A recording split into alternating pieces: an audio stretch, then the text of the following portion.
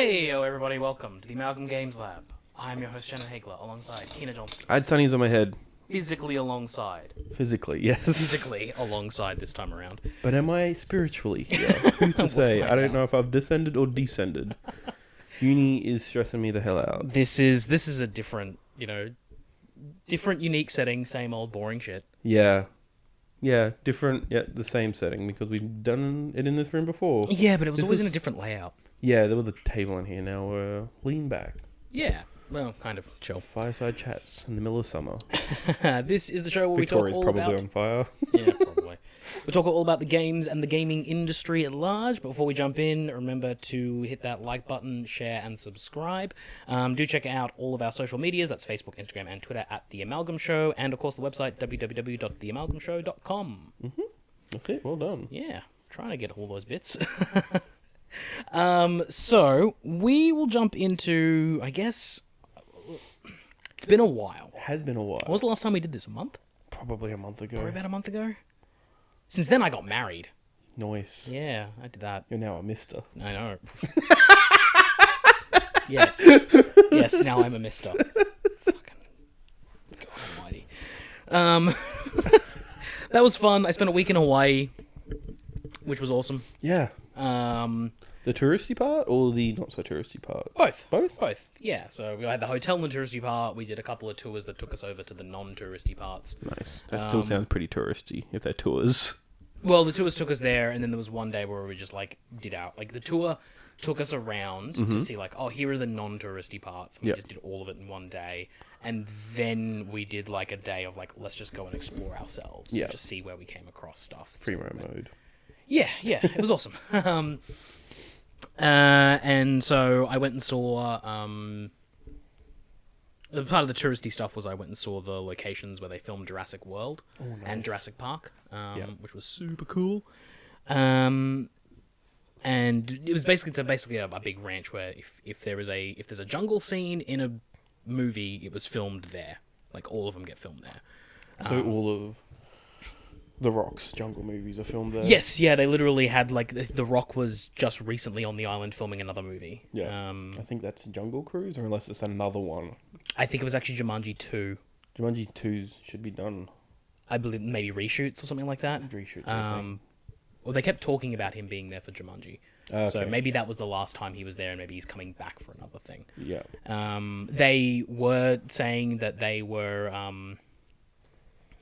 that there was recently a big movie there that they couldn't talk about, and I think that might have been Dolittle. Okay. Yeah. Which I was like, huh. Is that a big movie? I mean, it's Robert Downey Jr.'s first film after Marvel, so, it's a good big deal. And the synopsis of that movie doesn't look too bad. But that's a chat for the Amalgam Show. Yeah. Yeah, we'll focus on games here. So while I was over there, I did play a bit more Pokemon Go. Oh, go, cool. Yeah, well, it's the kind of game that's it's built for that. Tourism, You're traveling somewhere, you go see stuff that you don't normally see. Which resulted in us catching a couple of the regional exclusives that are only available in that part of the world. I've got many a legendary I can trade you. The thing is, I've come to the realization that post-Gen 1 in that game, regional exclusives fucking suck. Yeah. They're trash fire. The Pokemon themselves or the method to get them? No, the Pokemon themselves. The method to get them is fine. I like the idea of, okay, Kangaskhan's here, and Tauros is there, and Mr. Mime's here, and Farfetch'd is there, and whatever. Yeah. But the Pokemon they've selected to be regional exclusive since then are garbage. Some I get, like Torkoal and Tropius in Gen 3. Yeah, I get the idea behind it, but, it's really weird when you're looking at, say, when you're starting to get especially to Generation 5, which they've now just launched. Yep. When the region that Generation 5 is based on, the entire region is based on the city of New York in the USA. Yeah. So then to say that, only this one Pokemon is... what the fuck are you talking about? What? They're all from the US. That's what the whole point... They're all from Pokemon US. Yeah. So, what's the deal here? And then they decided to split some of them arbitrarily, the three monkeys in Generation 5. Yeah. You get the leaf one here... The fire ones in the African continents, And luckily we were in Hawaii, which in this version of the game, like in this regional variant, counts as part of the continental US. Okay. Because that's where you get the water one. But other regional exclusives, Hawaii has been separate from the continental US. So like, Is you it don't like get... Japan, Australasia sort of thing? No, they get their own one. Really? It's weird, because like, you don't get Tauros over there. Okay. And you don't get Farfetch'd. So like, they get nothing. Huh. And you don't get Kangaskhan either. Like, they got bugger all. It was super weird. But honestly, at this point in the game, most of the regional exclusives, like, because they do an event every year where you can hatch them in eggs. Yeah. So they're kind of pointless up until that event happens. Yeah. So yeah, no, that was a good way to keep ourselves sane. I used the plane to play Final Fantasy VIII. I thought you were gonna say, and I know this doesn't how it works. You like put your phone upside down and you just let like the walking stuff travel. Yeah, 6,000 kilometers. Oh god, I Hatching wish. so many eggs. Yeah, I wish. But no, Final Fantasy VIII. How was that? Remastered. I love it. Yeah. It's great. It Square Enix is very much they're very much taken to task a lot of the time by the fans by being a little bit half-assed on their ports and their remasters, and that is fairly evident in Final Fantasy VIII. Yeah. There are definitely some things where you're like, oh man, they just really... There are some things where you're like, oh, they've figured this bit out, but then other bits where you're like, why the fuck did they not just do that? Like, I still think it's a sin to have a game in this day and age that has the buttons, the shoulder buttons as the camera controls. Are they? Yeah. Yeah. Like, everything in that game is fixed perspective for the most part, but when you're on the world map, it's the shoulder buttons that control the camera. The world map, yeah. Yeah. I remember Final Fantasy IX still being Exactly like the that, same, yeah. Like, I think at this point, in this day and age, surely you can map those controls onto the right analog stick. Yeah. Because that's what everyone wants to do. Yeah. The right analog stick is useless without it. Yeah. I know Kingdom Hearts 1's, originally on PS2, it was R2, the shoulder buttons for the camera control, but they did end up fixing that on the PS3 remaster. Yeah, well, yeah. That is a 3D game, so a little bit... Well, that is 3D. So yeah, it's just super PS1, weird. It's those simple things there, and then there's other things like... There were things that they touched up that they didn't have to touch up. Okay. Like the... pardon me, the card designs. Interesting. Because Triple Triad's like the biggest thing in that game. Yeah. Of all the things in Final Fantasy VIII that people love, Triple Triad's the one. Yeah. It's a fantastic mini game. It's the kind of mini game that actually works, and you could see yourself playing for hours upon hours upon hours. Triple Triad versus Gwent. Triple Triad. Yeah. Every single day of the week. It's so basic. Yeah. Like, it's so simple and it's so easy to understand. Mm-hmm. The excess rules do make things a little bit more complicated, but there are ways to get around them. Yeah. And it's just a more fun game. Like I said, you can lose yourself for hours in just playing cards. And in my playthrough this time around, I've made it my goal this time to, for the first time, because I've never done it before, I've just played the game and like, oh, cool cards. Yeah. But actually completing and getting every single card in the game, which I am currently one card off of doing. Oh, shit. Which is super easy too. I know how to get it, so there's no problems. Nice. Are they all relatively easy? Are they like you have to fulfill quests, or are they location based? Kind of. So there's a spoilers for Final Fantasy VIII, a fucking 20-year-old game. But I'm about to play it. There are a couple of things they did modify. There was a accessory chocobo walker thingy. Oh yeah, that for came the with it. pocket station. Yeah, that they still have included the quest that gives you the. I mean, Isn't Angelo the summon that you get? no, that one's called Boko. Yeah. And it's essentially a guardian force, but you can't summon it in game. You can't control it. Yeah. But you put it into the pocket walker thingy, and then it does a thing. And they've taken all of the rewards from that pocket thingy and given it to Angelo's search, which is a mechanic in the game. Yeah. Where Angelo can find items, and all of those items are now part of the Angelo search thing, which has actually broken the game in several different ways, but that's fine.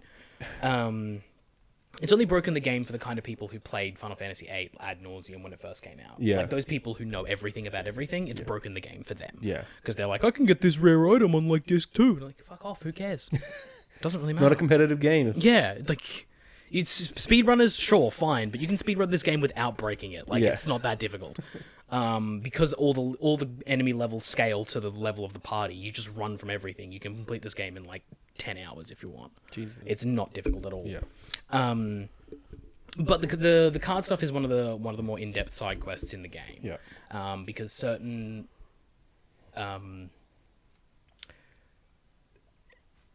it teaches you how to play cards it can teach you to play cards very early in the game. Very, very early on. And the thing is, though, if you miss that NPC, you'll never know you can play cards. Like, it's just it's a conversation that you can miss. Yeah. It's the kind of conversation you would only have, too, when you're a kid, where you, like, mash every button against every NPC to see what it does. Yeah. And if you mash the right button, hello, cards pop up. Yeah. So you get it very, very early on. But there's kind of this thing where it doesn't really tell you, like, who can play cards. You just kind of have to go up to every NPC in the game and hit the square button. Yeah. And then the sudden realization dawns on you, if you've been playing it enough, that, like, some of the main characters in your party play cards, and you can play against them. Or some of the big named characters, like, you can play cards against Sid in this game. Yeah. You can play cards against... spoilers. You can play card against... There's an enemy in the first disc that you can play cards against in the third disc. You just play cards against them. So the most rare cards in the games are your summon cards. There are like 10 levels of cards or something like that, and the levels are they're all monsters in the game, and it's all based on like how difficult they are to beat and how rare they are. Yeah. And they go all the way up through to like I think it's either level 9 and 10 or 8 and 9, something like that. But your last 2 pages of cards basically are summons,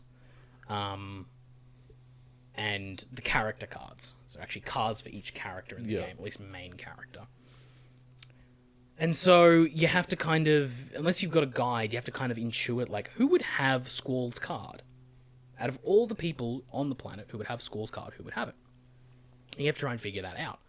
And is there a logic to that? Yes, there is, yeah. Cool. There's absolutely logic to it. Again, that's more of a spoiler for the game.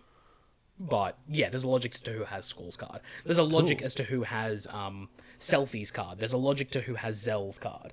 There's a logic to every single one of them as to who has what card in their pack. Some of the ones that are less logical are the Guardian Force cards. Yeah. Those ones are a little bit more like, what? And those are... Some of them are as simple as, when you fight the Guardian Force and you beat it, it drops its card. Yeah. And you get that one. But some of them are a little bit more complicated. There's one of them, which I will kind of let everyone know like how that works, is way back at the beginning of the game, like way at the very start of it.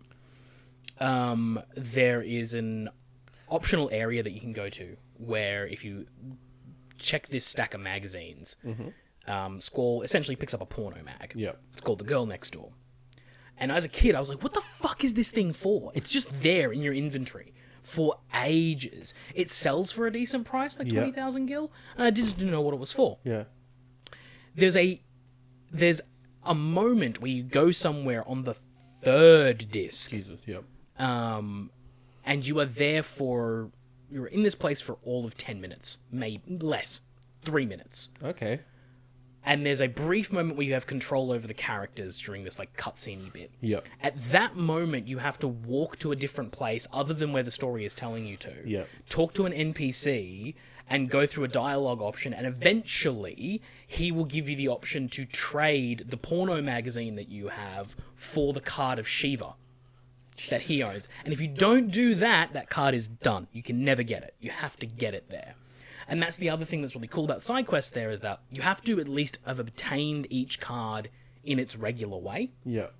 Once you've obtained it, you can obviously use it to battle other people. If you lose that card, there's actually a point in the game much, much later on the fourth disc where there's a single NPC that you can play cards against, and they essentially have like a 50-50 chance of using any card that is high level that you've lost. Yeah. So you can always get them back. You can use them and get them back. And then there's a subset, well, not a subset, there's 5 cards in the game that you have to go through a fairly lengthy side quest in order to obtain them. Yeah. And the side quest involves, like, obtaining certain cards and then losing certain cards to a very specific person, and then going and finding another NPC who will now have the new card that has just been created because you lost it to this other person. Yeah. So then you can pick up those 5. And that's always been the thing that people are annoyed about, is that particular side quest. It's not that difficult, but that side quest takes you all over the world and changes the rules of the game, and it's just a pain in the ass. But yeah, I've mostly completed that. I'm right towards the end of the 3rd disc. I'm just basically ramping myself up to fight Bahamut. Yeah. I'm going to get that. I'm going to do my last little bit, and then I will head into the 4th disc and probably finish that game next week or something like that. Yeah. It's been good. It's felt good to try and complete that game. Yeah. It ended up being the one that I had to kind of play on the plane, because I was like, going there, we left late at night. Yeah. So I was getting real tired and I couldn't focus very well. Yeah. So I didn't end up playing any Fire Emblem because I was like, I'm not going to be able to focus on it. Yeah. And then the reverse was for coming back was like, I'm so tired from a week in Hawaii. I cannot focus. I just need a game to keep me awake. Yeah. I'll just play some Final Fantasy. Because it's just mindless grinding. For RPG. me at this point, yeah. Like, because I know everything about that game back to front, it's not an effort to play it. If I had a Pokemon game that I wanted to play on that, I would have played that instead. And slept through while you were playing. Yeah, pretty much. And it did bring my 3DS in case I did want to play a Pokemon game, but I just didn't. Yeah. I think at this point in time, going back and playing an old Pokemon game is too difficult because they have not aged well. Yeah. And to me specifically, it's just the screen size of the 3DS at this point. Like, the Switch has spoiled me, and just like, and even iPad, it's just like, look at this beautiful big screen. I can play whatever I want on it, and then go back to like a 3DS. I'm like, oh, I'm squinting, and then you can still do it. Yeah, like, I can still do it. The screen size doesn't bother me. It's just it was like the going back and playing Diamond and Pearl or something, and just going like, oh, fucking HMs, right, fucking HMs, fuck that shit. Yeah, and just realizing stuff like that, or like, oh, TMs can only be used once. I forgot about that, like, quirk of the series from fucking way back when, where you're like, oh yeah, no, you used this TM and it broke. Like, you slotted it into your Pokemon's mouth and it bit down on it, or whatever.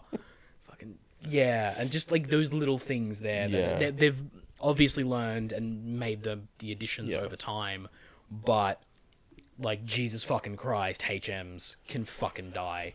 So at this point, like, I've done a complete playthrough of Let's Go. I've done the only game that you can go back to now where it's as comfortable as a modern Pokemon game should be is Sun, Moon, Ultra Sun, Ultra Moon. Yeah. Because they don't have HMs, they don't have any of that bullshit.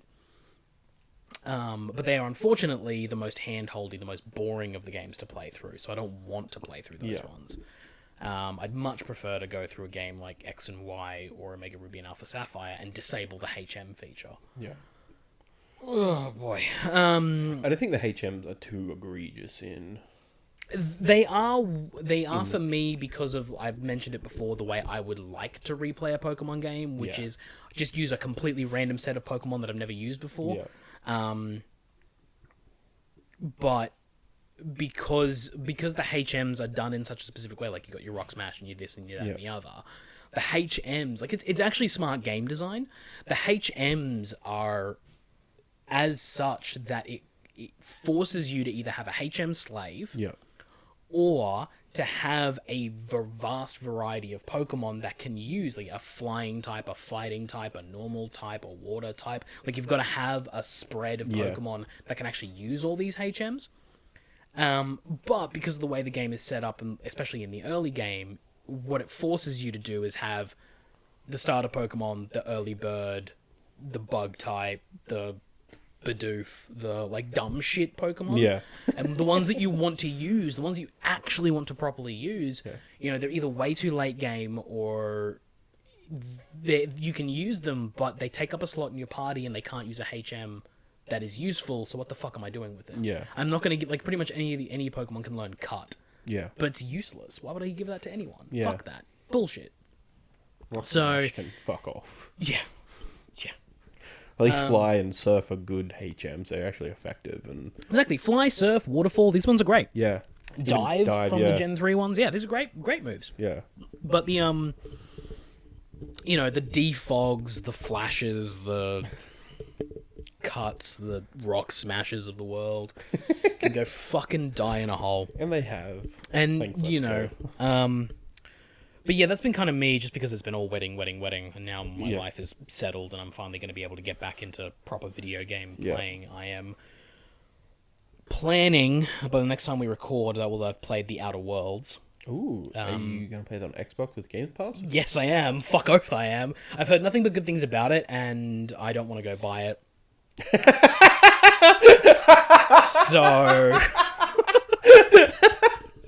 I might as well dive into Games Pass. I have an Xbox I don't use. Yeah, that's... So, Yeah. like, it's a no fucking brainer. Like, it's apparently an excellent game. I don't have the money or the time to go, like, the money to afford it on its own right now, because I'm very much, like, looking ahead. It's like, I've got to get, within this next month, I have to get Death Stranding, Pokemon Sword and Shield, and probably Jedi Fallen Order. Yeah. I've got to get those 3 games before the end of the year. In a way, thank God Doom was delayed. Yeah, thank fuck, right? Yeah. Shit. Because, like, looking at the month, I'm like, I'm not going to have time. Like, it's going to be Death Stranding and Pokemon until I have time for the other 2. But now I'm like, Star Wars can be back burner. Yeah. But I want to play The Outer Worlds. It sounds excellent. It sounds like what I want from a Bethesda game. Yeah.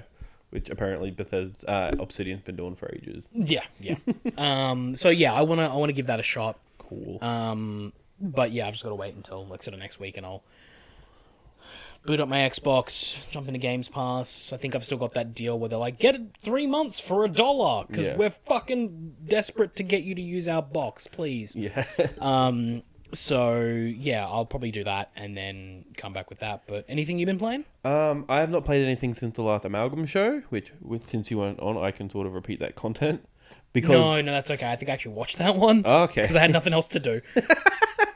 Fucking ringing endorsement for our show, eh? I had nothing better to do. The Amalgam show. Because this month for me has just been just uni and also being sick, which was not fun. Oh god, gross. Well, do you want to just dive into the news then? I want to talk to you about the Dragon Quest XI demo because oh shit, yeah. because it's a really good demo. It's a really good game. Yeah, that's the thing. If I don't actually get to Dragon Quest XI, I think Dragon Quest XI demo is going to be on my Game of the Year list. Like, I am serious. Like, it's that, 8 hours that I played of it. It's just fucking fantastic, isn't it? So so where does it get that up? Where does that get you up to? I just got the girls. Serena and Veronica? Yes. Fantastic. And then they will send you on your way to the next city, and then you get to the gate, and the guard's like, your demo's over, mate. I'm like, oh, shit, I can imagine them writing that in a pretty fun way, too. I think they do sort of, it is pretty bland, I think, but then it brings you out to, a big pop-up menu, just like, the demo's over. Right, okay. I'm like, you could load it up, load your save up and just keep grinding. Oh, okay. Yeah. Yeah, that's fair enough. I'm like, I could do that, or I could go play other games that I need to play. So I'm trying to remember where that is, because, honestly, 70 hours ago is a long time to remember. Straight after, after you finish the quest with saving the girls and, leaving the hot springs town, you just go down the... Oh, right. Yes. Yeah. Fuck, man, that's so early I know, on. yeah, but an 8-hour demo, that's the best value of money I've ever had. Yes, and it's an 8 hours for free game. Yeah, it's so fucking good. Yeah, and I'm excited to get the real game and try the 2D mode. I keep meaning to write that review. Yeah. But I just ran out of time. I probably will still write it. I just need a spare day. Yeah. To just crank it out, because it is... the game is excellent. Yeah. It's excellent. So you only... I'm trying to remember the characters that you have been introduced to at that point. It's just Eric. Yeah, Eric and the girls. That's it. That's what I got in my Eric, party. Veronica, and Serena, which is a really solid party to have. Yeah. I haven't been able to use Veronica and Serena much yet because they just got in my party. I'm like... Serena's excellent. She's fantastic. Brilliant healer. Really, really versatile. Veronica is less useful because she is just a black mage, essentially. She's an attacking mage, which doesn't actually become very useful until a little bit later on in the game. But by that point, if you're using attacking magic, you might as well use the other black mage that you've received at that point. Yeah. And so yeah, there's a lot of stuff in there, and the characters make that game. Yeah. And those two particularly make that game. Okay. Even though I fucking hate Veronica. Okay. So I probably mentioned this before, but Veronica is the character that when I was introduced to her and when I was playing with her, sort of in the early stage of the game, again? I fucking hate the small one. The small one. The small one. I fucking hate her because she's that. Yeah. She's a very tropey character in those kind of settings of like she's a tiny little girl with like attitude and spunk. Fuck you, I'm gonna do this. But she's also kind of a douchebag. Yeah. Like she says things and does things to other characters in the game. Like, yo, shut the fuck up. Yeah. Get in your lane. Shut up. And she's problematic in that way, but she's the character where they managed to really quickly turn me around. Okay. They managed to build a story and build a backstory, and build a compelling character that has a payoff that is the closest I've gotten to tears in a game in a while. Of like, holy fucking shit. They did really, really well with her. Yeah. They did really well with all of the characters in that game. They all have a backstory that is interesting, that isn't necessarily exactly what you think it will be. Mm-hmm. Does your playable character continue to have a story arc? Because that's sort of the thing. Yeah, essentially, yeah. Like, the whole thing is kind of revolves around your story, your character, but the problem... Well, that's the thing, the story, but I was wondering if, like, revolved around the character as well, but yeah. Yeah, no, the character itself does get fleshed out. The problem, the main issue with that character is that they don't speak. Yeah. So you have a real problem with, like, ooh, they're fleshing out your character, but, like, it's never vocalized or voiced or anything like that, so you don't really get any emotional resonance out of them. Yeah. So they fill that gap with the other ensemble cast kind of coming in and doing all those pieces. But there is character development, there is backstory, and there is a lot in a very short period of time. Oh, shit. A lot happens. Yeah. Yeah, there was a moment there when a couple more characters get introduced, and I was like, oh, I know where this is going. Okay. And then it went, and then I was like, wait a second, that is not where I thought this was going. Like, that was actually different to what I expected it to be. It's still, like, you know, maybe it was just my own dumb brain, because, like, thinking back, and it's like, well, it's still predictable, but it's not the most predictable, so, you know, it was something. Yeah. That game's excellent. Hopefully review on the website soon. Yeah. I also started the original Dragon Quest, because that was ported to Switch. Oh, shit. Oh, yeah, it was too. Yeah, Dragon Quest 1, 2, and 3. It's only $7.55, so I'm like, I will give this a crack. Oh, jeez, that's not bad. Yeah, the first two are under $10, and then the third one's $14.95, I think. That's not bad at all. So yeah, they're nice and cheap. It is a rudimentary ass RPG. Like, it's Love it. like it is JRPG ass JRPG. But that's the thing. Like, I thought, like, I didn't know anything about the old Dragon Quest games, and I thought they were like Final Fantasy. Like, you show up with your characters on screen versus the monster, but it's just the monster that shows up, and you just choose the commands from there, and it's just basically like it is super. It's always been designed by Akira Toriyama, though, right? The monster designs, yeah. So the monster day one. designs are still good, yeah. Yeah. Yeah. Toriyama is all over that series. Oh, yeah. Again, that's going to have to be part of my review of the fact that, like, you'd think I would have touched that much earlier, you know, being a Final Fantasy fan and a Dragon Ball Z fan. You'd think I would have touched a Dragon Quest game at some point. No. Yeah. Turns out I should have touched a Dragon Quest at some point. They just were never on consoles or, like, were in my life in a way that, like, were I remember Dragon Quest 8 being on PS2. I'm like, but I was also, like, not into that genre at that time. I remember seeing that particular and Dragon one. Quest 9 on DS. I'm like, yeah, I remember seeing Dragon Quest 8, or is it 8 or 7 that's on PS2? I feel like 8 is on 3DS. I think 8 was remade on 3DS. Oh, okay. Because I feel like 9 was on DS, made for DS. I feel like 7 was on PS2 as well. It might have been. But I remember seeing it in an EB Games store, like, at the tail end of the PS2's life cycle. Yeah. So, like, at that point, I wasn't focused on any big games. I was focused on obscure little shit. Yeah. Like, that's when I picked up Rogue Galaxy and stuff like that. Because I didn't have a PS3 yet, and so I wasn't really, like... Honestly, I was just clamoring. That was at the time when I was waiting for Final Fantasy 13. Yeah. Because I had 12, and I knew 13 was on the horizon. I just wanted that game. Yeah. But I should have played a Dragon Quest earlier. Yeah. Like, I 100% should have. And so I will be Catching up. We'll be catching up, but I will also be looking forward to 12, whatever they do with that one. Yes. It's like, they'll make a new one, and I will probably decide to get that as soon as I can. Yeah. Because 11 was such a fucking phenomenal game. Yeah. I might even go back and play some of the old ones, because I think Dragon Quest X is on PS4 as well. Dragon Quest X is an MMO, so... No, sorry, Dragon Quest 9 then? 9, I don't think any of them have been ported. Like, none of them... Dragon Quest... The only Dragon Quest games on PS4 8. are 11 and, like, Builders and Heroes, which... Builders is good. I'm sure there's another one. I don't think so, no. Because, like, the only Dragon Quest games you can get on modern consoles are now 1, 2, and 3, like, older ones. Okay, that's alright. Doesn't matter. I'll go play some old ones and wait for them to do a new one. Yeah. Yeah, and I just want to say Link's Awakening is very, very good if you haven't played it. Oh, yeah. I want to keep playing more of it, but I finished it, and I finished most of the It's weird to have a Zelda game just kind of come and go. Yeah. Like Breath in the Wild just took so much of everyone's attention for so long. Yeah. It was everyone's game of the moment for about 6 months straight. Yeah. Despite all the other good games that were coming out at the time Exactly, as well. yeah. It was just like Breath of the Wild, man. I put 400 hours into that fucking game. To be fair, this is the remake of a Game Boy game. It was never going to do that. But it's just interesting because I think it's Untitled Goose Game has done that instead. No. I've seen memes like I've seen a lot of memes for Untitled Goose Game, but I feel like again Untitled Goose Game has like come and gone.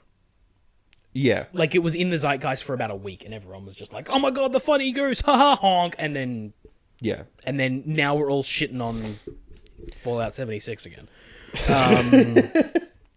That's the cycle. Yeah, like it just Untitled Goose Game seems like to me, it occupies the same space in my brain. Don't get me wrong. From what I've seen of that game, it looks a little bit more thoughtful. But to me, it occupies the same space in my brain as, like, Goat Simulator. It is more thoughtful than that. It was a funny joke for about a week. Yeah. And then it's got a better game. There is a game. There's a game there. Yeah, there's, like, an actual honest-to-goodness game in there with puzzles and things you can do. But I just feel like... for the most part, the joke is played, and therefore it's done. But hey, congratulations to that team, because that's fucking incredible. It keeps outpacing Link's Awakening on the charts, on the eShop. And again, like I said, it doesn't surprise... because, Link's Awakening's a remake of an old game. Yeah. What is it? 20-year-old game. Yeah, 20-year-old game. Is that the... Game Boy? NES. It's a NES game, isn't it? No, it's the Game Boy game. Game Boy game. It's the Game Boy game. Yeah. Right, yep. Linked to the Past were the Super Nintendo game. Which timeline does this one fall into? This is after Links to the Past. This is the Fallen Hero timeline. Okay. But most of it takes place in a dream. Good, so. yeah, use those words. Fallen Hero timeline. Bullshit. Fucking, they don't know. Basketball timeline. No one knows. Have you seen that video yet? Yes. Good. Shit, sure. I love it. God almighty. But yeah, I feel like those games, like Link's Awakening, everyone was like, "Oh, this is good. This is a good remake of that thing." It is a good remake, except for like the frame rate issues, which suck ass. Yeah. And just like in the overworld, just like I just wish one, either the Switch Pro was out, or two, optimized. But I think it was as optimized as they were gonna get it. Because I think they definitely pushed the boundaries on that, but I think they could afford to. Yeah. Because you do need it. You do need a tester. You do need something to let you know where you have to stop with your console and where your limits are. Because that said, I do think Breath of the Wild 2 is gonna chug as well. Well, that depends on whether a Switch Pro comes out or not. Yeah. And what they can do with that. Yeah. I mean, does it still chug while docked? Yeah. Okay. Yeah, it's the aesthetic issue taking all the things. Oh, but like once you're in a dungeon, it's all good. Yeah, it's like I've heard, it's just like when there's a lot of shit happening on screen, like a lot of shit, and like mainly the grass. Like it's just the grass that takes over everything. Well, that was the same in like Breath of the Wild, like in Kakariko Village, where there's a lot of grass and rain and shit happening on screen. That thing chugged too. Yeah, I think it's just like Nintendo, specifically with Zelda, seems to get a bit ambitious with the number of polygons they can put on a screen. Yeah. Because you don't have any issues in Mario Odyssey. No. That game runs like butter. It's amazing. A Mario game with frame rate issues would tear Nintendo from the inside. Yes, no, that's right. But like, I mean, we'll see what Pokemon looks like. Yeah, that's a good... Yeah. I get the feeling it's going to have some frame rate issues as well, because I feel like they're trying a lot of stuff. They are throwing a lot at that wild area thing. Yeah. Also, I'm going to continue to be on my soapbox about this. All those people who are bitching about the national decks, motherfuckers, shut the fuck up. This game looks incredible. Yeah. Like, it looks fucking phenomenal. Also, from what I can see, the Pokedex may be around, like, from what I've heard, rumor-wise, the Pokedex will be somewhere around 650 Pokemon. That's 2/3 of the Pokedex, like almost 3/4 of it. Yeah. Like a 200 Pokemon are gonna miss out. Oh, boo-hoo. Yeah. I'm sure you're fine. Yeah. You'll be fine. You'll be fine. The sun will rise tomorrow. It'll be fine. Yeah. Fucking trash fire. But yeah, did you want to get on into news? Yes. Well, yes, let's get into that. What do we want to talk about first? Do we want to get intense or talk about delays? Oh, God. It's always difficult.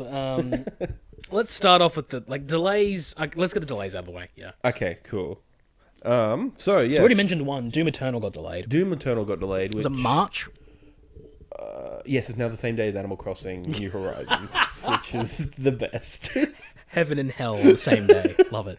And we exist in that Venn diagram that few gamers do. Yes. And I'm like, what do I get? Do I get both of them? Yeah. Do I power through Doom? Probably what I will do is power through Doom and then come back to Animal Crossing. Animal Crossing. Chill. Yeah, because that's going to be more. That's time so fantastic. The only way to make that better is if both games at some point acknowledge that both games take place in the same universe. Like, if they can do that, that would be fan-fucking-tastic. Which means Wolfenstein also exists. Yes. Yes. Which means Doom Tom Guy Nook's a and Nazi. BJ Blazkowicz can be in Smash. Yes. Tom Nook's a Nazi. Yes. You know it. Look at him. Yes. He now has, Spawn, which freaks me out. It's so weird. No, the Doom move was good, because I think I mentioned it to you before as well, that, Doom doesn't feel like a October-November game. Yeah, we did talk about that, yeah. The previous ones came out in that quarter, the March, April, May quarter. Yeah. So, I don't understand why they did put it into November. So, March just feels like a much better release time for it, I know that there's the Animal Crossing release as well, but for the most part, they're targeting two different demographics. Yeah. With that, the Switch release has also been delayed, so it won't be Switch Doom on the same day as Animal Crossing. That works out. And the one thing that people have brought up is the Stadia was banking on Doom as look at this 60 frames per second game running on our servers. But the way Stadia's been shaping up, they're sort of been missing the hoops. So they keep shooting. It's the wire can only be connected wireless. The controller can only be connected wired now, even though you promised wireless. And Stadia's it's just we'll see. Stadia's going off like a wet fart. It's not it. We shall see. For all of the terror that was happening around that too, even my sort of view on Stadia when it came out, where I was worried about it, I was like, oh god, this is a real fucking problem if it works. And I'm looking at it going, oh yeah, if it works, this thing looks like a dumpster fire on day one. Yeah, the business model is not good, and it's essentially it's $130 beta. Yeah, at this point, because nothing's working out of the gate, nothing is going to launch the way we want it to until 2020. Yeah, I don't know. I don't know how this is going to go because I'm not an analyst or anything like that. But right now, it doesn't look good. Because they're coming in brand new into a space. Yeah. Microsoft has a better chance of using their xCloud service to make this same thing happen. Yeah. And because they've got the name recognition and a box in your home already, so they should be fine. Yeah. That Stadia stuff looks bad. Yeah. So there was the Doom delay, and then this morning Neil Druckmann announced the delay of Last of Us Part 2 to the I didn't see this. 28th of May. But that's, okay. It's just a little bizarre after the big press event that was happened about a month ago. The same thing happened to Uncharted 4. Yeah. Uncharted 4 was delayed into May as well. Yeah. May, for me, is... May, June is the perfect time for Last of Us because that's when it first came out. Yeah, no, and it's winter for us, so you get that, just that grim, Yeah. You just get to perpetuate that as opposed to in America, the Northern Hemisphere, where it's just a summer. It's a summer game, so... I mean, the thing with May as well is that, like, if they launch it like the 28th of May, did you say? 28th, yeah. Yeah, that's a good launch window, I think, because that's relatively close to E3. Which is, I think, was the reason Last of Us launch was so good around its like original launch, is because a lot of games try and get out of the way of E3 because it's news time. Yeah. But so Last of Us had the whole month to itself. Yeah. Like, everyone was just able to play that game, indulge in that game, just kind of marinate in that game and for a month. And it got the final E3 push. Correct, yeah. This won't happen with Last of Us 2 because it'll be prior to E3. Yeah. But I think because everyone will be getting out of the way, because no matter where Last of Us 2 launches, everyone's going to get out of the way of it. There's no way someone's going to be dumb enough to launch their fucking post-apocalyptic game in the same month as Last of Us 2. A week or two before it is Avengers. They're not playing in the same space. Yeah. They're not playing in the same space. Yeah, you're right. No one's, Yeah, because it's like, you know, every Days game Gone 2 isn't coming out then. Yeah, sure. Fucking... Oh, God. Days Gone. That was came out this year. God. I was listening to the Giant Bombcast earlier today, and they were talking about, like, hey, remember Anthem? Yeah. And I was like, fucking... That was this year. This may be the worst year we've had in a while. Like, to me, games have been pretty middling this year, but like the lows have been low. I'd have to go back and have a look. Yeah. I feel like everyone always feels like... I feel like the last couple of years were like the best years ever. Gaming's a weird thing, because everyone always has this thing of a, like... Whenever a bad thing happens or like a good thing happens in video games, always like, this is the best thing ever, this is the worst thing ever. Yeah. And it always feels like it is until the next one happens. Yeah. And then that feels like the worst thing ever. Because, like, yeah, I get where you're coming from. Like, yeah, Anthem's pretty bad and all that kind of stuff. But, like, remember, Fallout 76 was last year. That was last year. But it keeps rolling on. The turd is so smelly. It has crossed years. Exactly. But what I'm saying is, like, that's last year. Like, this year has, like nothing releasing this year has been as bad as Fallout 76.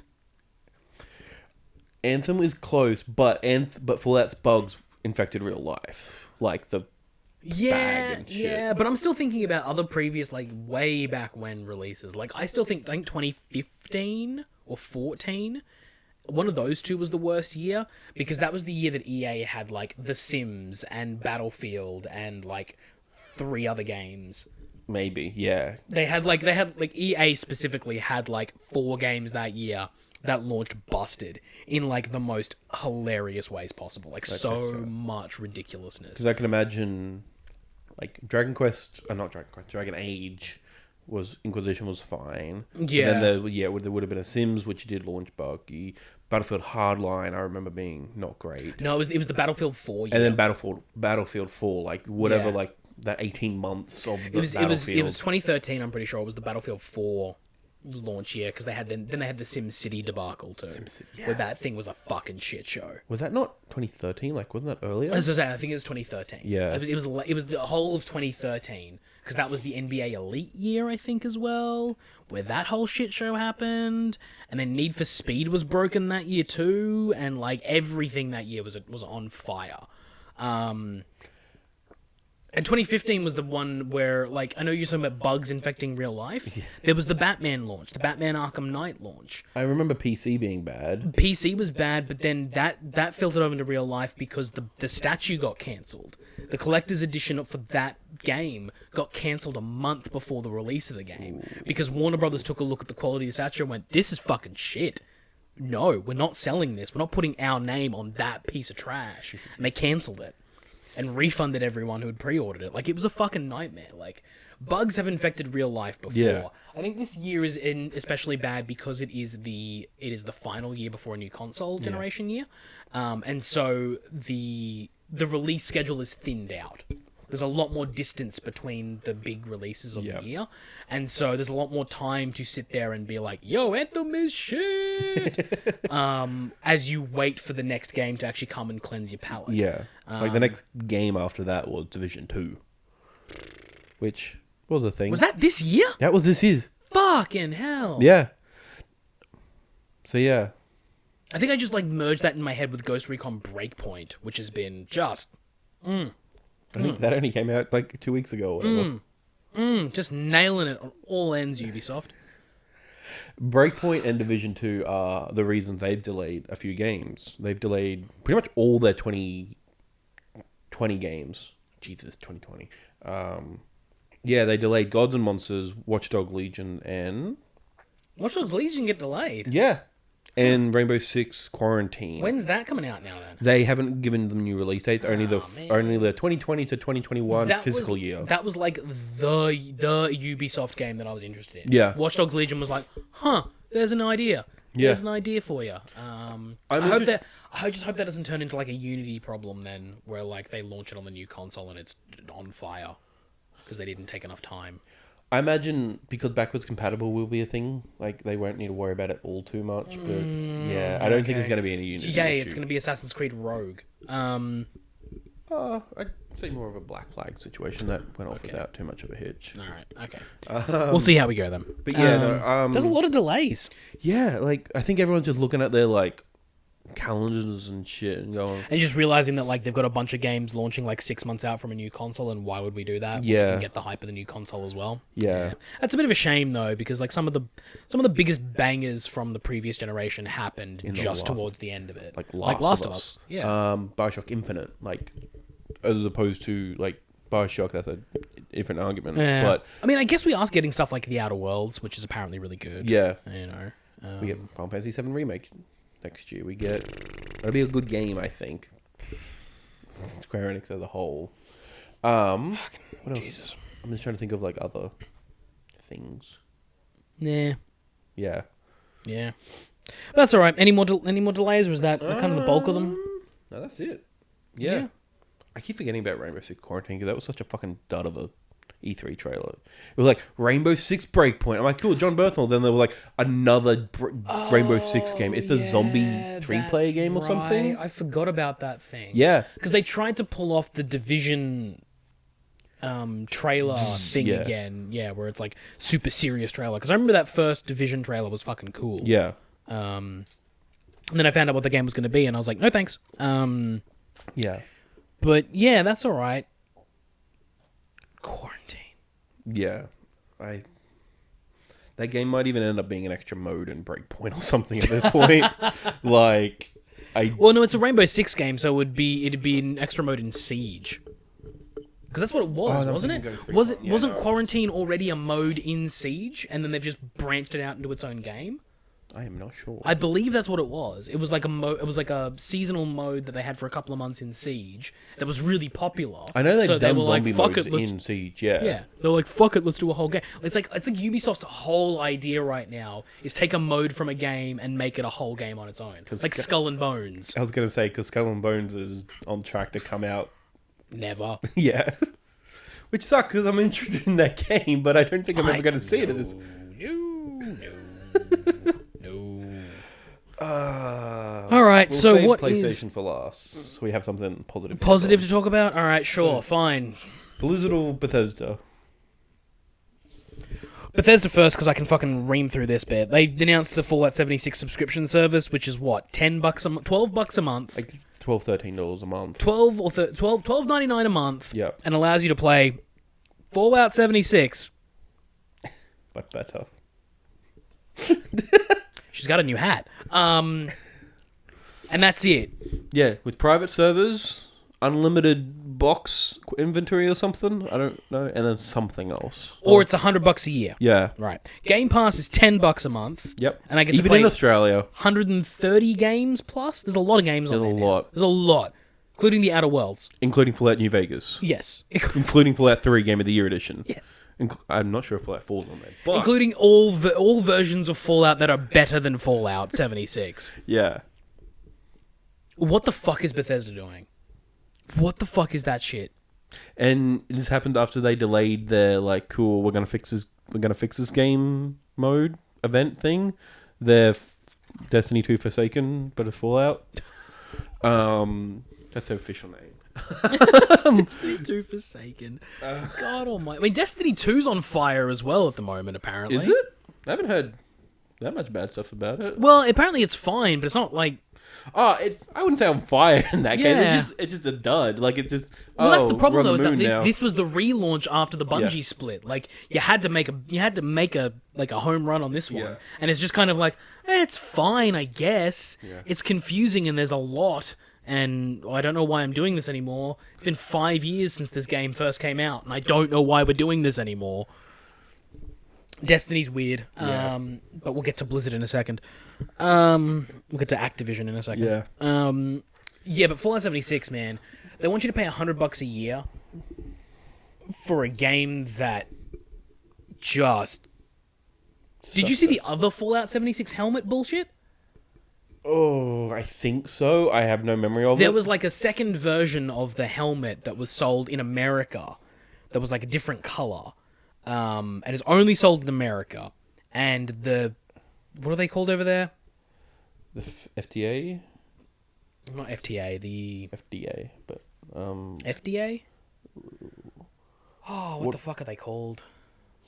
I don't know what we're talking about exactly. Yeah, like the... It's basically the consumer... Yeah, I think that is the FDA. Or maybe that's medical, but whatever. Yeah, with some The sort of... ACCC. Yeah, essentially the ACCC equivalent, or it was more like the... I want to say like the CDC.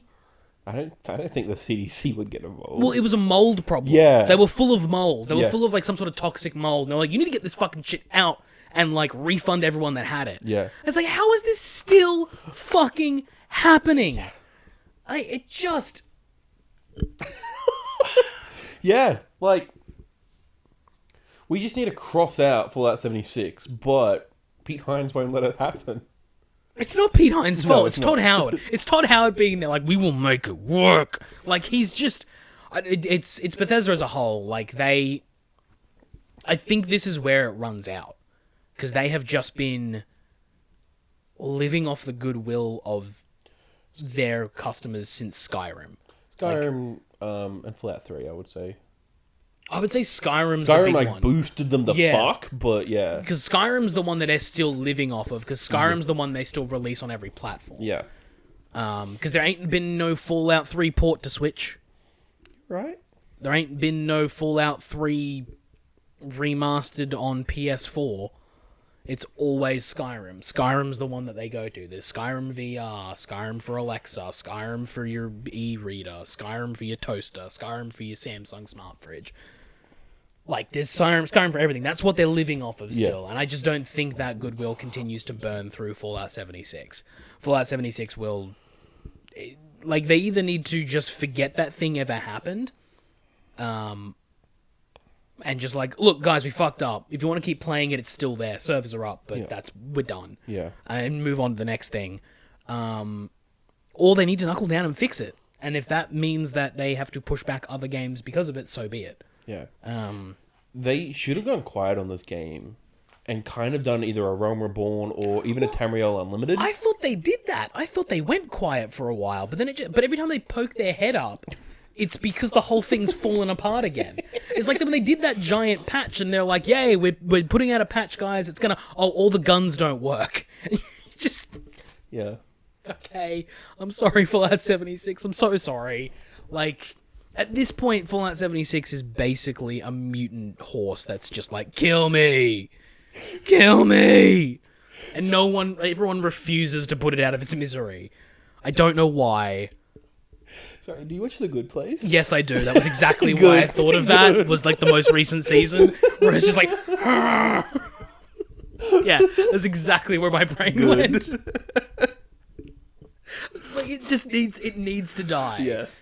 Like, I get the feeling that Pete Hines has kicked his way into the server room several times with a shotgun, aimed it at Fallout 76, and everyone's like, no, put the gun down, Pete. Put the gun down and walk away. And I'm like, no, he has to die. We have to kill it. We can't let it keep suffering. And Todd say it with a defibrillator every day. Yeah. There's some poor programmer like, just stop. It's already dead. It was dead before it came out because it was the Fallout engine Yeah. online. Nothing we can do about it. Oh, well. I'm looking forward to whatever story comes out of that next week. But, I mean, they're determined to make themselves the headline of every week for some reason, because, like, they launched that the same week as the Outer Worlds.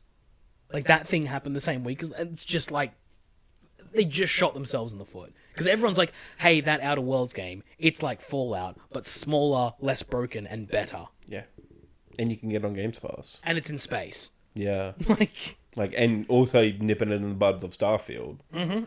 So, yeah. Yeah, like, they're just eating all of Bethesda's lunch, which is great. Yeah. So let's move on to Blizzard. At least Bethesda hasn't caused international conflict. At least we can say that at the moment. Sure. Yeah. I mean... Wait till... let's put it this way. Bethesda spent that 1 year where they were like, fuck Nazis. At this point, I don't see Blizzard saying fuck Nazis. Yeah. Yeah. I don't even know where to start with this one.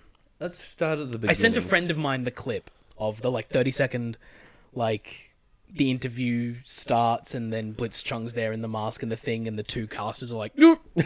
I haven't seen that, but duck under the desk. It's so fucking because you see them realize what's happening. One of their one of the two, their eyes gets really big and they're like, and then the other one ducks under the desk, looks up at his friend and goes like, what the fuck are you doing? Like, puts his head down, like forces him to like, don't do this. And then you can feel the broadcaster, like the producer in the box, because it just quickly cuts to commercial. Just like a Mitsubishi logo pops up and is like, no, and then Blitzchung is gone. He's disappeared. It's just the two casters who are like, do. Well, that happened. Like, yeah, it's all in Chinese, so I don't. Yeah, but you can. Yeah, you know. I can tell that they're just like vamp. Oh my god, what the fuck do we do? And those two guys. So, Blizzard bans Blitzchung for, was it a year? A year took his prize money off of him. Yep.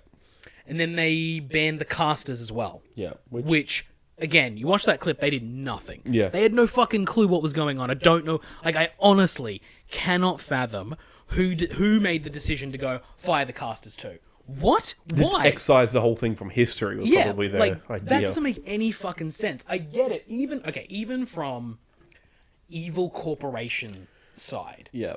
I get the ban the dude and get him off television. Yeah. I don't get from Evil Corporation side ban the guys who are just sitting there doing nothing. Yeah. Because that is the surefire way to create this backlash. Yeah. Because that's really what took it over the top. Like, people like... Over the top, yes. Like, Blitzchung, like... I could almost see a world in which, like, the Reddit outrage would have happened. Mm-hmm. He would have there would have been a lot of people being like, what the fuck are you doing? This is ridiculous. Yeah. I can see that happening, but it not really going anywhere else, because everyone being like, well, at the end of the day, they're a company, they're a corporation, they get to do what the fuck they want. Yeah. Like, they get their free speech as well as everyone else. So it's a weird thing happening. But because they fired the casters who had literally nothing to do with it, who just sat there, innocent bystanders in a fucking protest. Yeah. That's the bit. That's the police officer pepper spraying the random person. Yeah. Like, that's what it was. It was just like, well, wait a second, hold up. He did a political thing, and we get it. If you don't want to be political, you can be that company. Yeah. We're gonna fucking hate you for it, but you can be that company. Yeah. But the innocent bystander part, that was just like, whoa, hold up, why? Yeah. Oh, because you're trying to get into bed with China. You want to be in bed with China. Yeah. And the funny thing was, I don't think the Chinese even knew it happened. It was so off of their radar. Like, it was Hearthstone. Yeah. Like, let's be honest here. It was Hearthstone. Yeah. Like, Which has its audience, but it's not. It ain't no Fortnite. Like, it's we not ain't most things. Yeah, we ain't talking millions of viewers here. We're not even talking Overwatch. No, we're not even talking Apex numbers. Like, let's be honest. Yeah. Here. We're not talking that kind of thing. So, like, we're not talking auto chess. We're not talking Dota. Let's discuss all the things we're not talking about. We're not talking League. We're not talking Heroes of the Storm.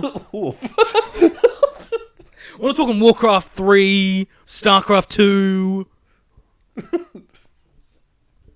Yeah, we're not talking about anything anymore. Not really, no. We stopped talking. No, but like, it's not a game that's got like a huge cult following that will span the world over. It was the kind of thing that, like, honestly, here's the funny thing. Here's the irony for me. Mm-hmm. Honestly, if he had done that little protesty bit where the mask and the thing and said his piece, because he also said something which translated into something like, it's a protest slogan. Honestly, I apologize. I do not know everything about it. I know enough to... And the ramifications of it. Yes, but like I don't know enough to actually tell you like this is what he said. All I know is kind of what happened.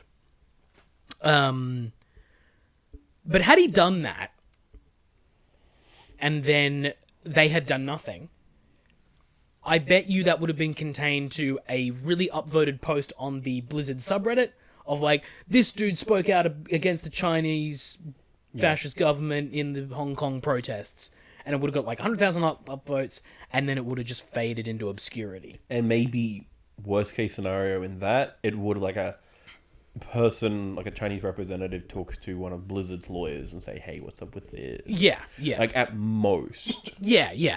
That would have been as bad as it would have gotten. Yeah. But because they did this, it's turned into this huge thing. And it was because they did the overreaction. Yeah. If they just let it go, it would have been fine. Because then another couple of Hearthstone players do a protest a week later. That was like what was the... They had a poster that was like, Free Hong Kong, boycott Blizz. That's what it said. Yeah. And that was a big deal. And then Blizz just made one fucking PR mistake after another.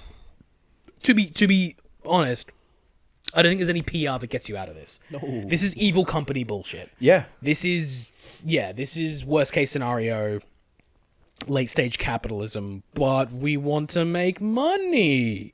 With a communist with a communist country that wants to just silence its citizens. Why is that a problem? So that's where we stand now, a week out from BlizzCon. Yeah. Yeah. With a Diablo 4 announcement presumably on the horizon. And a main stage keynote presentation that did not go over well last year. Diablo Immortal. The Chinese mobile game. Yeah. Like, it just the layers just don't get any better. No. Like, it just gets worse. Yeah. It's a fucking shit show from top to bottom. Yeah. Literally. So, yeah, there's nothing we can do about that. Yeah, like... And then the question comes, like, is it Blizzard, is it Activision? Who's pulling the strings here? Because the American Congress wrote a letter addressed to... what's his name? Not Bobby Kotick. Yes, Bobby Kotick. He's still there? The CEO of Activision Blizzard. Yeah. I think I'm thinking of this... Because they addressed it to Robert A. Kotick, that's right. Because they're Congress people and they have no fucking idea how this works. And they used, like, Blitzchung's actual name. It was really funny. It was like, don't do that. Or, like, have real name and then, like, the nickname thing, Blitzchung. Yeah, or something. Like, acknowledge the fact that, we have a thing here. We have a dialect. Yeah, like, one of two things of those that needs to happen. Like, either Congress needs to accept the fact that, like, Blitzchung is his name, you need to put that in there somewhere, or two, we need to stop gamer tags. Gamer tags need to stop. No. If Beyonce can be Beyonce, Blitzchung can be Blitzchung.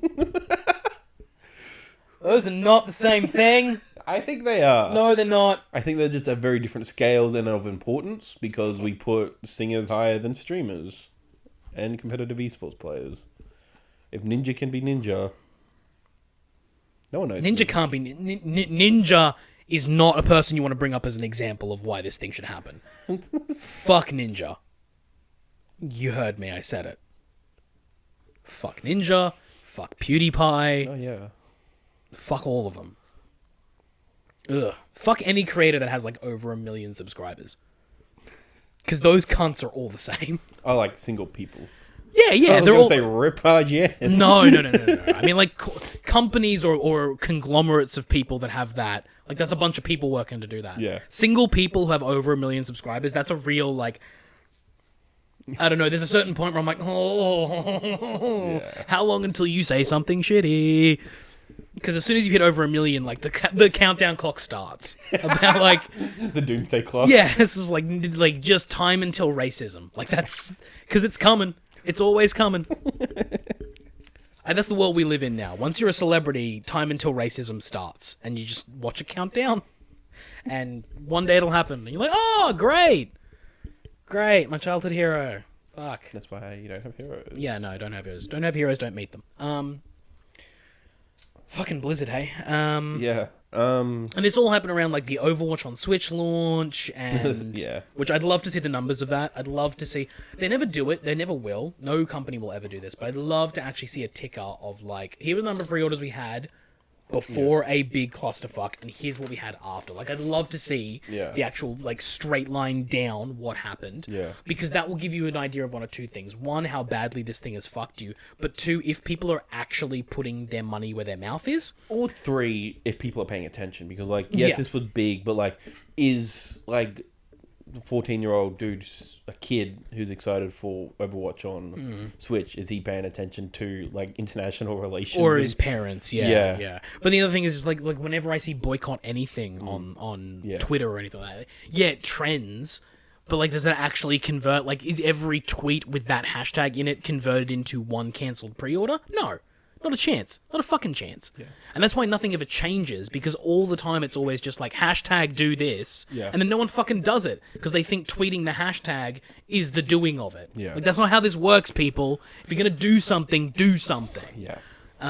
Because that's the thing that happened. Like, I always put this down to 2015. I think it was 2015. Might get this wrong. 2015, WWE, they had a hashtag cancel WWE Network because a thing went wrong, or a thing didn't go the way the fans wanted to, and they were like, cancel WWE Network, we hate this thing, and fast forward 4 years, and the same shit's happening on the television. Nothing's changed in 4 years, because no one cancelled. Yeah. No one bothered.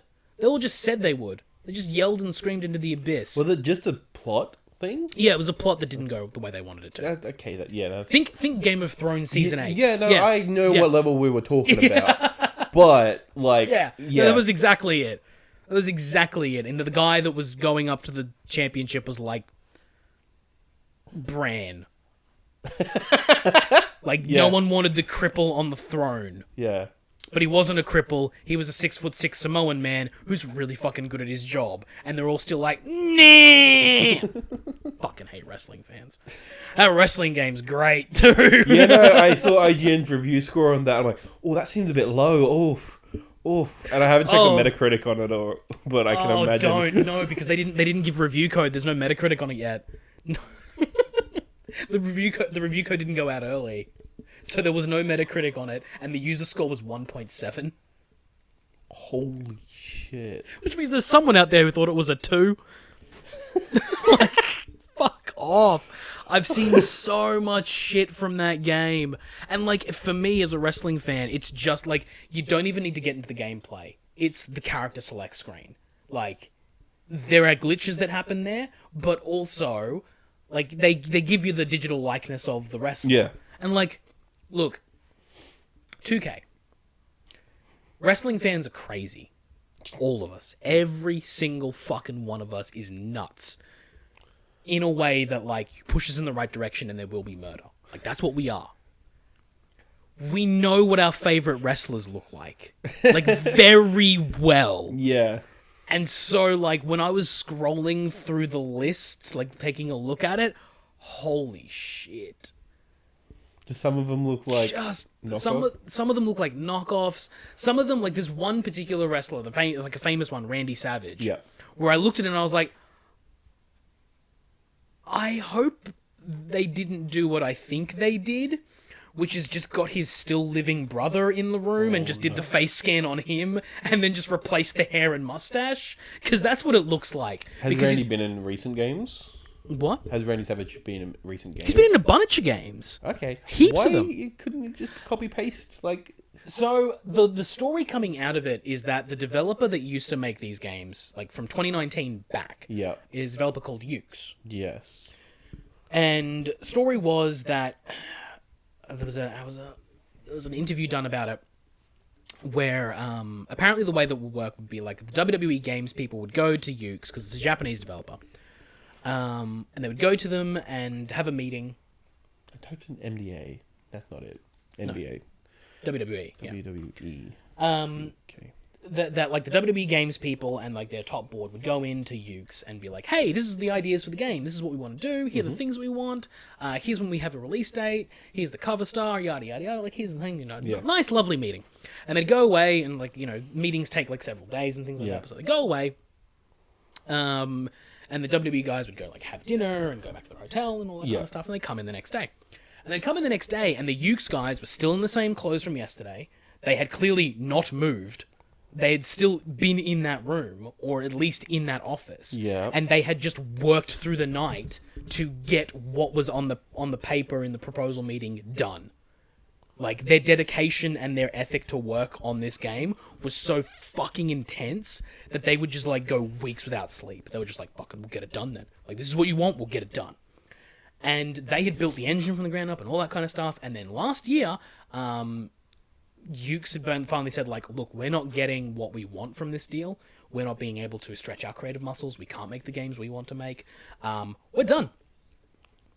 And so they left. They were contracted. Yeah, they were contracted. So they left. But the deal was that 2K would get to keep the engine that Ukes built, so that they could at least build off of that. Yep. And they gave it to the in-house team, Visual Concepts. This is the first game since that release.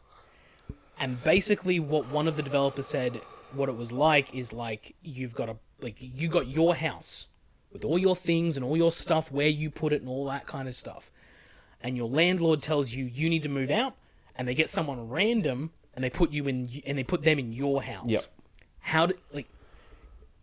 Where are the pots and pans? Exactly. Where do the knives and forks go? What is this thing? Why is there a button here? Should I push the button? Is there a button that I'm meant to push? Why is that button there? No one tells you. No one tells you what to do, all this kind of stuff. Like, it's a furnished house that you've never lived in. That's what it was, apparently, is that Visual Concepts walked in and was like, what the fuck is this shit? And without the expertise, I think basically what they tried to do was copy and paste. And it just, because they didn't know how to work with it, it just broke in every possible way. So it's not good. It's not good. They should just not have put out a game this year. You would hope that this will give WWE or 2K or someone in this relationship the ability to go, motherfucker, we need to either change, like, developers, or we need to stop. Because this one has, like, they've not been great for a couple of years. Yeah, I have. This one might tank its reputation. Like, it's pretty bad. Shit. Yeah, like, it's not. Which kind of sucks, because, like, wrestling games should be fun. Like, they should be fighting games to a certain degree. Yeah, they should be just, like, a little bit over-the-top fighting games. Yeah. A little bit more realistic fighting games, but it's weird. It's like... I don't know how to explain it, because it shouldn't be a fight. It shouldn't be a Mortal Kombat. Yeah. Because that's not... that you don't want that. No. But it shouldn't be like a UFC game. It's got to be somewhere in between. Yeah. Where you've got to be able to do flips and punches and all this kind of stuff, but they're like regular dudes. Yeah. That's what you want. Yeah. Kind of like a more grounded Dead or Alive. Yeah, something like that. Yeah. Something like that. That'd be great. But yeah, it's super sad. Yeah. But yeah, that's... I don't know how we got onto that from Blizzard, but... Oh well. I've got nothing else to say on Blizzard. Fuck Blizzard. Yeah, no, They can go directly to hell. Yeah. We'll see what BlizzCon says. Like, BlizzCon is going to be the most interesting. Like, whether they... Like, some people think, are they going to do a panel there, like, addressing it? I'm like, that's... No, they're not. They're not. No. They're going to sweep it under the rug as much as they can. They will keep all the protests outside the building. It is... What the interesting part will be... Are people going to protest? And is anyone who bought a ticket to BlizzCon going to sacrifice their money to make a stand? That is the question. Yeah. And I will hazard a guess, not as many as you would hope. Yeah. Some, but not as many as you would hope. Yeah. Yeah. Look, we've been going for a while. Last thing is PS5, right? PS5. Another random Wired article came out. Yeah, they're really doing this weird, like... Just give Wired random information and hope... Maybe, like, someone at PlayStation's married to someone at Wired or something, or... No, someone at Wired has dirt on someone at PlayStation. Yeah. That's how this works. It's never a nice thing. You're right. It's always like, this guy's got nudes of Mark Cerny or something. I don't know. Can't imagine they'd be flattering on that. Anyone wants to see them. Like, that's the only thing I can think of. Another Wired article... like, Mark Cerny covered in, like, PS4 architecture. Like, just, here's the GDDR RAM. Covered in 3D printed pieces of knack. Yeah, I was going to say knack. Best thing about PS5? Knack 3. We get the knack trilogy. Next, knack Infinity War. Yeah, sorry. The end. I can't live without unless I know what happens to the knack cinematic universe. He's going to relaunch The PlayStation Nakamatic All-Stars universe. Battle Royale. Fucking hell. It's going to be Nak alone who does it. God. What was the big thing out of this one? What was it? It was the PS5. It was the DualShock. Sorry, the DualShock 5 or whatever. They haven't called it the DualShock 5, but they got to look at the controller. Yeah. And it was like force feedback in the triggers. In the whole thing, like haptic feedback. Is Haptic feedback. Yes. That's right, so it'll be like your phone except through the whole controller, which will be super interesting. It's the evolution of HD Rumble and the triggers from the. It is. Yeah, like, that fucking thing, which like one game uses. And like Final Fantasy just fucking. Yeah, like it just doesn't. It's not. Whatever. The other thing that is confirmed, Holiday 2020, which we all knew, but like they've confirmed it. Yeah, I mean, again, holiday. That's not a big deal until they tell me the release date. Yeah, it'll be November. The second week of November, second Friday of November. I know that. I don't know why. And then Xbox will be the week before, a week after. Second Friday in November is a good shout. Actually, it's 2 weeks before like Black Friday. Yep. It's usually when things come out. I want to say You know what? I think I already predicted this before. But I think they might push it forward into October. I think you have predicted that. I'm like, what? No, it's always November. It's always November, but I feel like they might push it forward into October because that's when they launched the VR and the Pro. Both launched in Octobers. You have said this. And I just feel like they might want to give themselves a little bit more time before Black Friday. Maybe. I don't know. It might dictate whatever the software, like their launch lineup is. Like if that can all come out in October. Like usually it's November, so that things can. But the thing is, like none of Sony's first party stuff ever comes out this time of year anyway. No, they might usually just have their own launch stuff. They launch their stuff earlier in the year. Like they'll have a big marquee release for like April to boost up their sales after the first quarter. But they usually let the third party lineup speak for itself at the end of the year. Yeah. And if they do it in October, that will allow. You know what? Maybe first week in November. Because I would have said, do they do it in October?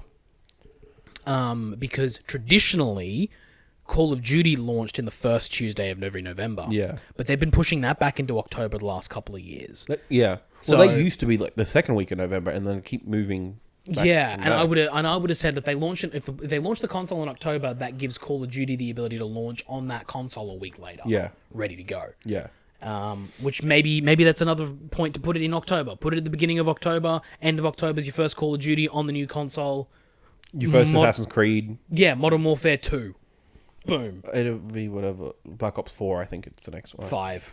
5? Fuck, you're right. Yeah, 4 was last time. Yeah, and we've already heard that Black Ops 5 isn't going well. Have we heard that? I don't care. I don't fucking listen to that shit. It was a try thing. Call of Duty launched today at a time of recording. Yeah. I'm sure those people like that game. Yeah. I have not seen reviews for it, so all I care about is the campaign. I've heard okay things about it. I might pick it up when it's $20 in a bargain bin. Yeah, it will be. It will be this time next year. Yeah. Because guess what? There's going to be spoiler alert. There's going to be a Call of Duty next year. Oh my god. Yeah. Even if it's bad, it's going to come out. Ghosts 2. Yeah. Spoiler alert. FIFA 2020. Ooh, controversial. Yeah. It also confirmed one of my wants, which is the USB-C charged controller. Yes. Yeah. Which the only other question is it like regular USB-A to C, or is it going to be a C to C like my phone charger is? It'll be A to C. I think it will be A to C, which is fast, but not ideal. It'll be A to C, but it'll be a 3.0. Yeah. USB 3.0. So it'll be pretty fast. Yeah, as fast as they can get it without breaking the USB. Unless there's a new standard of USB by that time. Or unless they're working on some sort of proprietary USB that has a little bit more speed. Maybe. Thunderbolt. Yeah. Fucking yeah. Because I think they still want external memory to be a thing, like be able to watch your shows and all that through it. Oh yeah, like again, like you can plug it like a USB 3.0 port. You still have a USB 2 thing plugged into it. Yeah, exactly. It'd be the same sort of thing. Like it can go super fast if you plug in the proprietary cable, but it still works with everything else and be fine. Yeah. So as long as it has to be a 3.0 or higher. because that's what makes the external hard drive work. Yeah. Especially when you've got that SSD in there making things go so fast. Yeah. If people's external hard drive works slower than the internal hard drive, boy, you got some problems. Yeah. Yeah. People ain't going to use it, so. Yeah. Yeah. That's my biggest question still about the PS5 is how is memory going to work on it? Because like, are we going to get 1 terabyte drive? Figure it out yourself. That'll be it. I cannot think of them doing anything different to what they did with the PS4. Yeah. Which was, it's a 500 gig hard drive? That seems a little small. Oh, wait, it really is. Oh, a terabyte version? Oh, a 2 terabyte version? The Pro has a 2 terabyte version at launch and at no other time? Okay. Yeah. That's weird. Oh, there's like a limited edition, like 500 million unit one. That one was 2 terabyte, but that's it. Like, my only thing is that like SSD is like, to my knowledge, not as easy to swap in and out. Like, and it's more expensive. Yeah, but it's not. retail. So, like, if I've been reading it right, or at least if I'm understanding what they want to do, or technology wise, SSD is not any difficult to swap out than a regular hard drive. Okay. But they could still allow for an external hard drive that is just HDD, like regular like regular hard drive. And it would be like having a computer with a boot drive. So you would have your games primarily installed on the hard drive for size and storage sake. Yeah. But the system would be smart enough to load your games onto the SSD while playing them, so the load times are quicker. Yeah. You would hope. Something like that. Something like that. They've once again talked about smart loading, which was something they talked about at the start of the PS4 thing, was just like, you can download just the single player, just the multiplayer. Yeah. Which, like, Call of Duty does do, like... I had a very very good point about that, which is I don't think a lot of companies are going to allow you to not download the part of the game that has the monetization in it. That's a good point. Because I think specifically what I was meant to say is that, like, Call of Duty lets you download either zombies or multiplayer. Yes. Yeah. But they don't let you download the single player on its own. Yeah. They will not let you do that. No. Like, and that's, like, the only way that Sony's going to be able to do that is to mandate it. Like, you have to be able to download either or, and they have to be separate executables. Or it's just going to be a feature that no one's used. Like, maybe it is built into the PS4 drive. Maybe there's a way to do it on PS4, but no one's using it because guess where the money is? Yeah. Microtransactions. Yeah. Guess where they're best used in? Multiplayer. Guess what most of our games have and we don't want people to avoid? Multiplayer. Yeah. Fuck off. Like, there is a technical argument that, like, because there's a bunch of shared assets between the two, that, like, they kind of, like, between single player and multiplayer, it's kind of inseparable at that point, but that's just... Like, that's a tech argument, but your point is probably more astute of, like... absolutely, like, the tech side of it, I get that point as well. Yeah. But I guess I would counter that by saying, like, well, for the most part, the whole point of it is that, like, most of that's loaded onto the server anyway. Yeah. Like, at that point, for multiplayer, like, what your console is doing during a multiplayer game is a lot different to what it's doing during a single player game. If you want to argue the point, just listen to my PlayStation when I'm playing Destiny versus when I'm playing God of War. Interesting. Because my PlayStation is when I'm playing God of War. But when I'm playing Destiny, I barely hear it. Okay. Because it's not doing as much work. Yeah. The work it's doing is staying connected to the internet. For the most part, because, you know, like, when the frame rate dips, that's not my PlayStation fucking up, that's the server fucking up. My PlayStation's connection to that server. It's just, like, I don't know why this was so, like, such a revelatory thing for a lot of people when I talk to them about it. It's like... I don't play that many multiplayer games. But it's the whole thing with Stadia. Yeah. Like, the whole thing is, like, I'm streaming it. Like, we've been doing this for a while. It's just not the same. Like, we're not streaming single-player, long, big games. But, like, my PlayStation doesn't do all of the loading for the assets for a multiplayer game. It does... a fair bit of the work, but a large chunk of it's also done by the server. Because if my PlayStation was doing all of the work for that, then when I couldn't connect to the server, I should, in theory, be able to walk around that world. It's just no one will be there.